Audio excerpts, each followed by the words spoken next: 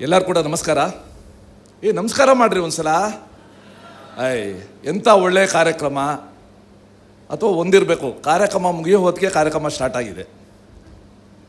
ಇವತ್ತು ಇಡೀ ನಾಡಿಗೆ ಒಂದು ಭರವಸೆ ಕೊಡುವ ಒಂದು ಕಾರ್ಯಕ್ರಮ, ನಮ್ಮೆಲ್ಲರ ವಿಶ್ವಾಸ ಹೆಚ್ಚಿಸುವ ಕಾರ್ಯಕ್ರಮವನ್ನು ಗೋವಿಂದರಾಜನಗರ ಮತ್ತು ರಾಜಾಜಿನಗರದ ಈ ಸಂಗಮ ಕ್ಷೇತ್ರದಲ್ಲಿ ರಾಜ್ಯದ ಮುಖ್ಯಮಂತ್ರಿಗಳು ಲೋಕಾರ್ಪಣೆ ಮಾಡಿರೋದು ಮತ್ತು ಶ್ರೀ ದಿನೇಶ್ ಗುಂಡೂರಾವ್ ಅವರು ಹೆಚ್ಚು ಆಸಕ್ತಿಯಿಂದ ಈ ಕಾರ್ಯ ಅನುಷ್ಠಾನಕ್ಕೆ ಬರೋಕ್ಕೆ ಮುಖ್ಯ ಕಾರಣಕರ್ತರಾಗಿರೋದು ನಮ್ಮೆಲ್ಲರಿಗೂ ಕೂಡ ಹೆಚ್ಚು ವಿಶ್ವಾಸ ತಂದಿದೆ.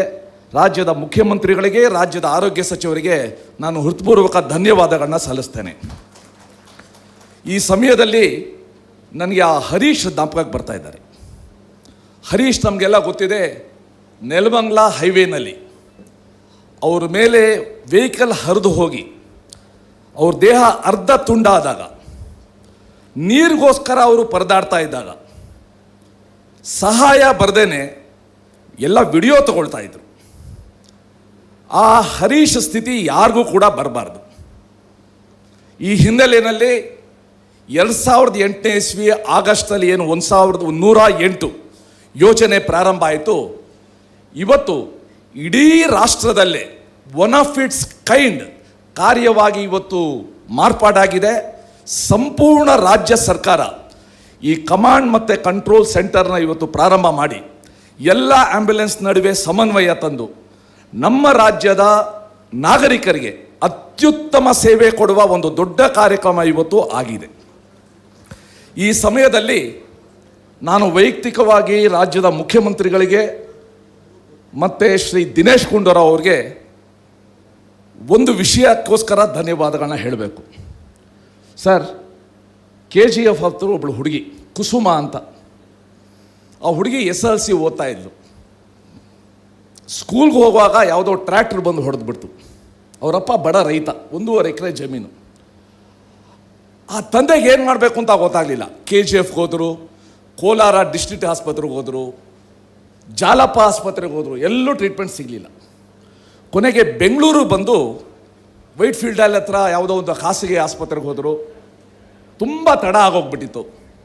SSLC ಓದ್ತಾ ಇದ್ದ 14 ವರ್ಷದ ಹುಡುಗಿ, ಅವಳನ್ನ ತೊಡೆವರೆಗೂ ಕಾಲು ಕಟ್ ಮಾಡಿಬಿಟ್ರು. ನನಗಿದು ಹೇಗೆ ಗೊತ್ತಾಯಿತು ಅಂದರೆ, ಆ ಹುಡುಗಿ ಆ್ಯಂಬ್ಯುಲೆನ್ಸಲ್ಲಿ ಬಂದು SLC ಎಕ್ಸಾಮ್ ಬರೆದ್ಲು. ಆ್ಯಂಬ್ಯುಲೆನ್ಸಲ್ಲಿ ಬಂದು SLC ಎಕ್ಸಾಮ್. ಅದು ಕೇಳಿ ನಿಜವಲ್ಲೂ ಕೂಡ ನನಗೆ ಆ ಹುಡುಗಿ ಬಗ್ಗೆ ಹೆಮ್ಮೆ ಬಂತು.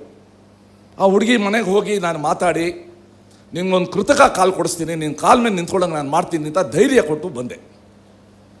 ಇತ್ತೀಚೆಗೆ ಒಂದು 20 ದಿವಸದ ಹಿಂದೆ ಆ ಹುಡುಗಿಗೆ ಮತ್ತೆ ಇನ್ಫೆಕ್ಷನ್ ಆಗಿ ಮತ್ತೆ ಅದೇ ಆಸ್ಪತ್ರೆಗೆ ಸೇರಿಸಿದ್ರು ಮುಖ್ಯಮಂತ್ರಿಗಳೇ.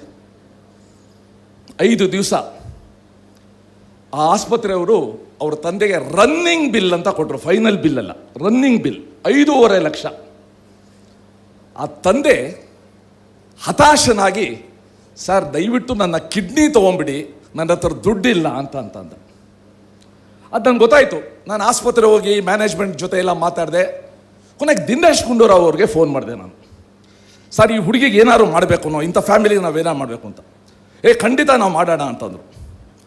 At the same time Prabhakar ಇಲ್ಲಿ ಕೂತಿದ್ದಾರೆ, ಮುಖ್ಯಮಂತ್ರಿಗಳ ಮಾಧ್ಯಮ ಸಲಹೆಗಾರರು, ನನಗೆ ಹಳೆಯ ಸ್ನೇಹಿತರು. ಅವ್ರಿಗೆ ಫೋನ್ ಮಾಡಿ ಅವರು ಇದ್ರ ಬಗ್ಗೆ ಇವರಿಬ್ಬರು ಇನಿಷಿಯೇಟಿವ್ ತಗೊಂಡು ರಾಜ್ಯದ ಮುಖ್ಯಮಂತ್ರಿಗಳ ಕಚೇರಿಯಿಂದ ಆ ಆಸ್ಪತ್ರೆಗೆ ಗ್ಯಾರಂಟಿ ಕೊಟ್ಟು ಆ ಹುಡುಗಿಯ 5.5 ಲಕ್ಷ ರೂಪಾಯಿ ಬಿಲ್ಲನ್ನು ಮುಫ್ತಿ ಮಾಡಿದ್ದು ರಾಜ್ಯ ಸರ್ಕಾರದ ಸಿದ್ದರಾಮಯ್ಯನವರ, ದಿನೇಶ್ ಗುಂಡೂರಾವ್ ಅವರ, ಪ್ರಭಾಕರ್ ಅವರ ಒಂದು ದೊಡ್ಡ ಕೊಡುಗೆ.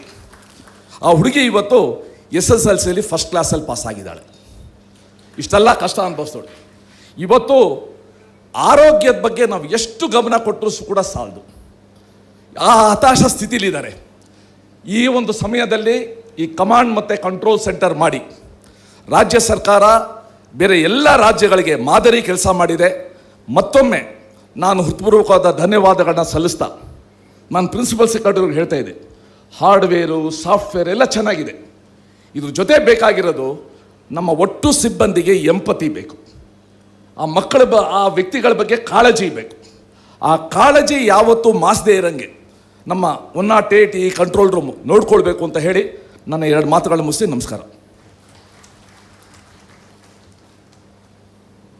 ಧನ್ಯವಾದಗಳು.